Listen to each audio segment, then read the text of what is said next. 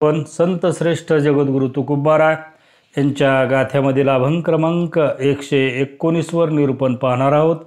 उपदेश तो भलत्या हाती झाला चित्ती धरावा, झाला चित्ती धरावा, नये जाऊ पात्रावरी कवटी सार नारळी, कवटी सार नारळी. स्त्री पुत्र बंदीजन नारायण स्मरविती, नारायण स्मरविती. तुका म्हणे रत्न सार परिउपकार चिंदीचे, परिउपकार चिंदीचे. नये जाऊ पात्रावरी कवटी सार नारळी, कवटी सार नारळी. प्रथम मी महाराजाच्या चरणी साष्टांग दंडवत घालतो. तुम्ही सर्व प्रिय आत्मा तुमच्याही चरणी साष्टांग दंडवत घालून माझ्या या निरूपणाला सुरुवात करतो. आज पंधरवडा एकादशी आहे आणि एकादशी निमित्त मी या अभंगावर विवेचन मांडण्याचा प्रयत्न करणार आहे. महाराज अभंगाच्या पहिल्या चरणामध्ये म्हणतात, उपदेश तो भलत्या हाती झाला चित्ती धराबा, झाला चित्ती धराबा. कारण या जगामध्ये उपदेश करणारे घरोघरी म्हटलं तरी काही वावगं ठरणार नाही.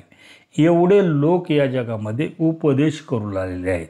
आता कुणाचा उपदेश आपल्या जीवनामध्ये ऐकावा आणि कुणाचा उपदेश आपल्या जीवनामध्ये ऐकू नये याच्याबद्दल महाराज या अभंगामधून सांगतात. महाराज सांगतात, उपदेश तो भलत्या हाती झाला चित्ती धरावा. भलत्या हाती जो उपदेश या जगामध्ये करतो त्याचा उपदेश तुमच्या जीवनामध्ये ऐकूच नये असा स्पष्ट सल्ला महाराज देतात. आता दुसऱ्या वेळेला महाराज म्हणतात, झाला चित्ती धरावा. आता झाला चित्ती धरावा म्हणजे तो साधा माणूस आहे, त्याला त्याच्या जीवनामध्ये काही येत नाही, पण त्याचं अंतःकरण शुद्ध आहे. शुद्ध मनाने त्याच्या जीवनामध्ये तो सांगत आहे की भगवंताचं नाव घ्या, भगवंताचं नाव घ्या. त्याचा उपदेश आपल्या चित्तामध्ये साठवून ठेवावा, त्याचा उपदेश आपण ऐकावा. मात्र महाराज सांगतात भलत्या हाती. आता भलत्या हातीचा अर्थ काय होतो? ज्याच्याबद्दल बोलतो त्याच्याबद्दल काहीच माहीत नसणे म्हणजे भलत्या. आणि हाती म्हणजे कुणाचं तरी ऐकून. आता कुणाचं तरी म्हणजे हे सर्व शास्त्र पाठ करून आपल्या जीवनामध्ये आपण उपदेश करीत असतो. किंवा माझ्यासारखे या जगामध्ये सर्वच लोक जी कुतूहल आहे, आमच्यासारखे शास्त्र भगवद्गीतेवर बोलतात, महाराजाच्या अभंगावर बोलतात, ते कुतूहल आहे. ऐकणाराची कुतूहल आहे आणि सांगणाराची कुतूहल आहे. तो उपदेश तुमच्या जीवनामध्ये फलद्रूप होत नाही, त्याचा उपदेश तुमच्या जीवनामध्ये ऐकण्याची गरज नाही असा स्पष्ट महाराज या अभंगाच्या पहिल्या चरणामध्ये सांगतात. कारण उपदेश करीत असताना अनुभूतीमधून उपदेश आपल्या जीवनामध्ये केला पाहिजे. महाराज जे उपदेश करतात अनुभूतीमधून त्यांच्या जीवनामध्ये उपदेश करतात. आपण बिगर अनुभूतीमधून या जगाला तत्त्वज्ञान सांगण्याचा प्रयत्न करतो. शास्त्रीय भाषेमध्ये बोलायचं झालं तर, कारण विधी, निषेध, कुपथ्ये आणि पथ्ये आणि आंतरंग आणि बाह्यरंग आपल्या जीवनामध्ये अत्यंत महत्त्वाचं आहे. आपल्या अंतरंगामध्ये आपलं चित्त शुद्ध आहे किंवा नाही, जोपर्यंत माझं चित्त शुद्ध असल्याशिवाय माझ्या अंतरंगामध्ये किंवा माझ्या अंतःकरणामध्ये मी जे उपदेश करणार आहे तुमच्या हिताचा करणार आहे किंवा माझ्या हिताचा मी बोलणार आहे, कारण त्याच्याशिवाय त्याचा विवेक जागृत राहत नाही हे शास्त्र सांगतं. म्हणून महाराज म्हणतात उपदेश करणारे भरपूर आहेत, पण जे शास्त्र पाठ करून त्यांच्या जीवनामध्ये उपदेश करतात त्यांचा अहंकार त्यांच्या जीवनामध्ये गेलाच जात नाही. ह्याच्यावर मी उदाहरण देतो.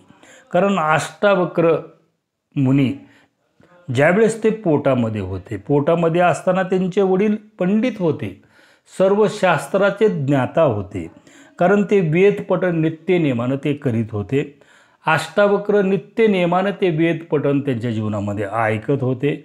8 महिन्याचे पोटामध्ये अष्टावक्र असताना एक दिवस अष्टावक्रांनी मधूनच आपल्या वडिलाला म्हटले, बाबा बंद करा बकवास, शास्त्रामध्ये सत्य कुठं आहे? सत्य स्वतःमध्ये आहे, शास्त्रामध्ये सत्य सापडत नाही. पण आता वडील पंडित होते. आता पंडित म्हणलं की त्यांचा अहंकार. आता मुलगा सांगायला आहे, मुलाचं सत्य आहे, तरी ह्यांचा अहंकार. आणि एकतर स्वतःचा मुलगा सांगायला म्हटल्यानंतर पंडिताला कसं पटल? त्यांनी शाप देऊन टाकला, मी ज्या शास्त्रावर बोलतो, कारण शास्त्राचा अष्टांग योग, कारण अष्टांग योग याच्यामधून आपल्याला भगवंताची प्राप्ती करून घेता येते. तू त्याच्याबद्दल जी बोलायलास, तुझे हे 8 अंगच वाकडे करून टाकतो. म्हणून मुलाला शाप देऊन टाकला. तो 8 ठिकाणी वाकडा त्याच्या जीवनामध्ये जन्माला आला. आता जन्माला आल्यानंतर, कारण तो 10-12 वर्षाचा तो अष्टावक्र झाला आणि जनक राजाने मोठा शास्त्रार्थ ठेवलेला होता. मग तिथं हे शास्त्रार्थ करण्यासाठी अष्टावक्राचे वडील तिथं गेलेले आहेत. मग तिथं मोठमोठे पंडित तिथं जमा झालेले आहेत. जनक राजानं 1000 सुवर्णगाई, जो या शास्त्रामध्ये जिंकेल, त्यांच्या शिंगाला सोनं लावलेलं आहे, हिरे मोती हे त्या शिंगाला मळलेले आहेत. आणि जो शास्त्रामध्ये जो पराजित होईल त्याला देहांत प्रायश्चिताची शिक्षा, असा ते शास्त्रार्थ जनकाने ठेवलेला. आणि मग हे अष्टावक्राचे वडील सर्व पंडिताला त्यांनी जवळजवळ हारविलं होतं. फक्त एक जो पंडित होता, वंदिनी नावाचा पंडित, त्याच्याबरोबर शास्त्र वाद करीत असताना अष्टावक्राचे वडील हारायला सुरुवात झाली होती. ही बातमी अष्टावक्राला कळविण्यात आली. अष्टावक्र धावतच जनक राजाच्या सभेमध्ये आले. आता हे 8 ठिकाणी वाकडं होतं. 12 वर्षाचं लेकरू आहे. आता ही सर्व पंडिताची सभा आहे. आता पंडिताच्या सभेमध्ये हे चलत असताना, बोलत असताना हे 8 ठिकाणी वाकडं हे चालल्यानंतर हे सर्व पंडित त्याला बघून मोठ्यानं हसले. मोठ्यानं हसल्यानंतर पंडित हसले तर हसले, पण जनक राजाही मोठ्यानं हसला. हसल्यानंतर त्यांचं हसणं बंद होऊ दिलं ना. अष्टावक्र मुनी हे नंतर मोठ्यानं हसले. मोठ्यानं हसल्यानंतर जनक राजानं विचारलं की बाळा तू का हसतोस? मग त्यानं सांगितलं, इथं मी कुठं आलो? चांभाराच्या सभेमध्ये. इथं सगळे चंभार आहेत. इथं सत्याचा शोध चालू आहे. सत्य असं कुठं मिळत असतं का? जनका तू सगळे हे वेडे चांभार गोळा करून बसलेला आहेस. मी समजत होतो जनक तू एक मोठा विद्वान बुद्धिमान आहेस, तू तर मूर्ख निघालास, असं अष्टावक्र मुनीनं ज्यावेळेस सांगितलं त्यावेळेस ही गोष्ट जनक राजाला त्याच्या जीवनामध्ये खटकली. पण त्या सभेमध्ये काही बोलता आलं नाही. म्हणून अष्टावक्रानं त्या पंडिताचं सांत्वन केलं, म्हणजे ते प्रश्नाचं उत्तर दिलं, ती शिक्षा बंद केली. कारण जी हारल्यानंतर देहांत प्रायश्चित द्यायची जी शिक्षा अष्टावक्राने बंद केली. आणि जनक राजाला जे ज्ञान अष्टावक्रानं सांगितलं, हे 8 अंग वाकडे झालं असताना सुद्धा किंवा अष्टांग जे योग त्यांच्या जीवनामध्ये साध्य करता येत नसताना जे जनक राजाला अष्टावक्रानं जे ज्ञान सांगितलेलं आहे, या जगामध्ये अद्भुत आहे. त्याच्याबद्दल बऱ्याच वेळेस महाराजांनी त्यांच्या अभंगामधून वर्णन केलेलं आहे. म्हणून महाराज म्हणतात की तुमच्या जीवनामध्ये ज्याच्याबद्दल तुम्ही बोलता त्याच्याबद्दल तुम्हाला हे शास्त्र पाठ करून त्याच्याबद्दल बोलता येणार नाही. त्याच्याबद्दल तुमच्या जीवनामध्ये स्वतःला तुमच्या आत्मस्वरूपाची तुमच्या जीवनामध्ये प्राप्ती झाली पाहिजे. नाहीतर एखादा अडाणी माणूस आहे, अज्ञानी आहे, पण तो आतून बाहेर मोकळा आहे आणि त्याचा उपदेश कोणत्याही मनुष्यानं शांतपणे त्याच्या जीवनामध्ये ऐकून घ्यावा. नुसता ऐकून घ्यावाच नाही, तो त्याचा उपदेश तुमच्या चित्तामध्ये साठवून ठेवावा, असा सल्ला महाराज अभंगाच्या पहिल्या चरणामध्ये देतात. महाराज अभंगाच्या दुसऱ्या चरणामध्ये म्हणतात, नये जाऊ पात्रावरी कवटी सार नारळी, कवटी सार नारळी. नये जाऊ पात्रावरी. आपण एखाद्याकडं ज्ञान आहे, कशाहून ठरवतो? त्याच्या वरच्या रंगावरूनच. त्याच्या वरच्या कपड्याहूनच एखाद्याला 6 शास्त्रपाठ आहेत, 4 वेद आहेत, 18 पुराण आहेत, त्यानं पांढरे शुभ्र कपडे घातलेले आहेत आणि त्याला आपण आपलं गोड बोलतो, वाणीमध्ये ताकद आहे. महाराज सांगतात नये जाऊ पात्रावरी, त्याच्या वरच्या रंगावर तुम्ही भुलू नका. महाराजांनी स्पष्ट पहिल्याही चरणामध्ये सांगितले, दुसऱ्याही चरणामध्ये सांगितलं आहे.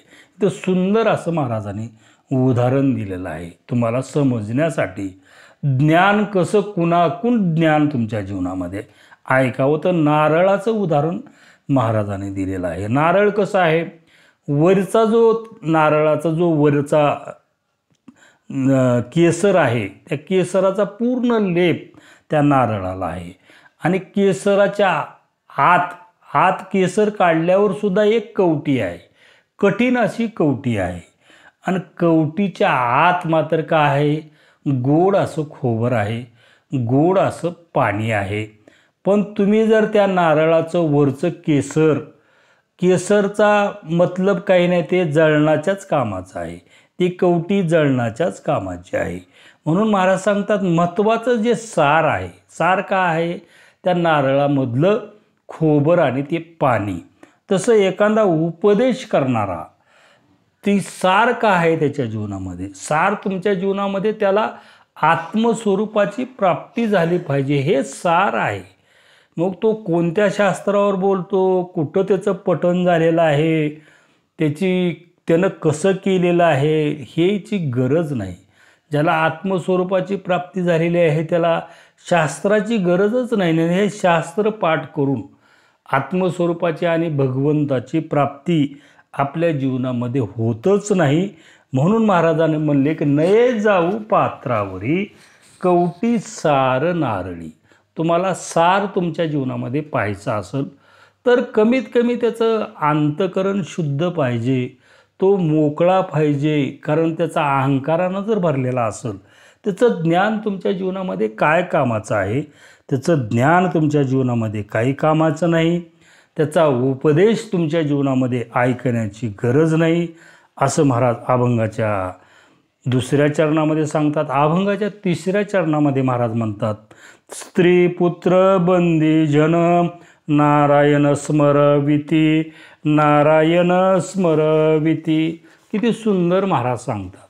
महाराजांनी इथं 3ऱ्या चरणामध्ये सांगितलं की तुमचं स्त्री पुत्र बंधू बंधीजन नारायण स्मरविती. महाराज सांगतात की तुमची पत्नी आहे, तुमचा मुलगा आहे, तुमची सून आहे, तुमचे लेकरं आहेत किंवा तुमच्या भावाचे लेकरं आहेत, तुमच्या मित्राचे लेकरं लहान आहेत तुमच्यापेक्षा, किंवा तुमचे बंदीजन म्हणजे तुमच्या घरामध्ये किंवा तुम्ही ठेवलेले नौकर आहेत, तुमच्याकडे 10 नौकर असतील, ते नौकर अत्यंत महत्त्वाचे आहेत, ते बंदीजन महत्त्वाचे आहेत. महाराज सांगतात स्त्री पुत्र बंदीजन नारायण स्मरविती. कारण त्यांनी जर सांगितलं की त्या नारायणाचं नाव घ्या, त्या भगवंताचं नाव घ्या, तर तुमच्या जीवनामध्ये थोडाही कसलाच विचार न करता तुम्ही त्या भगवंताचं नाव घेतलं पाहिजे. कारण ते शुद्ध मनानं तुम्हाला सांगतात त्या भगवंताचं. लहान आहेत म्हणून ते तुमच्या अंकित आहेत म्हणून नाही, ते लहान जरी असले तरी त्यांनी जे सांगतात शुद्ध मनाने सांगतात, प्रेमाने सांगतात, त्या भगवंताचं नाव घ्या. म्हणून तुमच्या जीवनामध्ये त्या भगवंताचं नाव घेतलं पाहिजे, असं महाराज अभंगाच्या 3ऱ्या चरणामध्ये सांगतात. अभंगाच्या शेवटच्या चरणामध्ये महाराज म्हणतात तुका मने रत्नकार परिउपकार चिंदीचे, परिउपकार चिंदीचे. आता इथं महाराजांनी इथे उदाहरणच दिलेलं आहे. रत्न मौल्यवान आहे, मात्र तुम्ही त्याला कशात तरी गुंडाळून ठेवलं पाहिजे किंवा त्याला एखाद्या पेटीमध्ये म्हणा कशातमध्ये, तर ते चिंधीत जरी गुंडाळून ठेवलेलं असलं तर ते चिंधीनंच त्या रत्नाचं रक्षण केलेलं आहे. कारण चिंधी अत्यंत महत्त्वाची आहे, कारण ते मौल्यवान रत्नाचं रक्षण त्या चिंधीनं केलेलं आहे. म्हणून त्या चिंधीचे उपकार त्या रत्नावर आहेत, रत्नाचे उपकार चिंधीवर नाहीत. कारण चिंधीचं संरक्षण जे केलं नाही, रत्नाचं संरक्षण त्या चिंधीनं केलेलं आहे, म्हणून चिंधी महत्त्वाची आहे. रत्नाला संरक्षण केलं आहे. तसं तुमच्या जीवनामध्ये अज्ञानी लोकांनी किंवा तुमच्या जीवनामध्ये नोकर लोकांनी, तुमचं मुलगा, पत्नी, सून यांनी तुमच्या जीवनामध्ये जरी उपदेश केला असेल, तरी तो उपदेश तुमच्या चित्तामध्ये तुम्ही साठवून ठेवावा. मात्र जो भलत्या हाती म्हणजे सर्व शास्त्र पाठ करून तो पोकळ आहे, तो कितीही सुंदर बोलत असेल, शास्त्रावर कितीही विवेचन त्याच्या जीवनामध्ये मांडत असेल, पण आतून पोकळ आहे, आतून तो भरलेला नाही, आत्मज्ञानाने तो भरलेला नाही. म्हणून त्याचा उपदेश तुमच्या जीवनामध्ये ऐकू नये असा सर्व जगाला सल्ला महाराज या अभंगामधून देतात. या अभंगावर माझ्या बुद्धिमत्तेप्रमाणे, माझ्या ज्ञानाप्रमाणे मी विवेचन मांडण्याचा प्रयत्न केला. झालेलं निरूपण सद्गुरू चिन्मयानंद स्वामी जगद्गुरु तुकोबाराय. तुम्ही सर्व प्रिय आत्मा तुमच्या चरणी शब्दरूपी भावपुष्प अर्पण करून माझ्या अल्पशा सेवेला पूर्णविराम. तुकाराम तुकाराम तुकाराम तुकाराम. बोला पुंडली गौरदेव हरिविठ्ठल श्री ज्ञानदेव तुकाराम.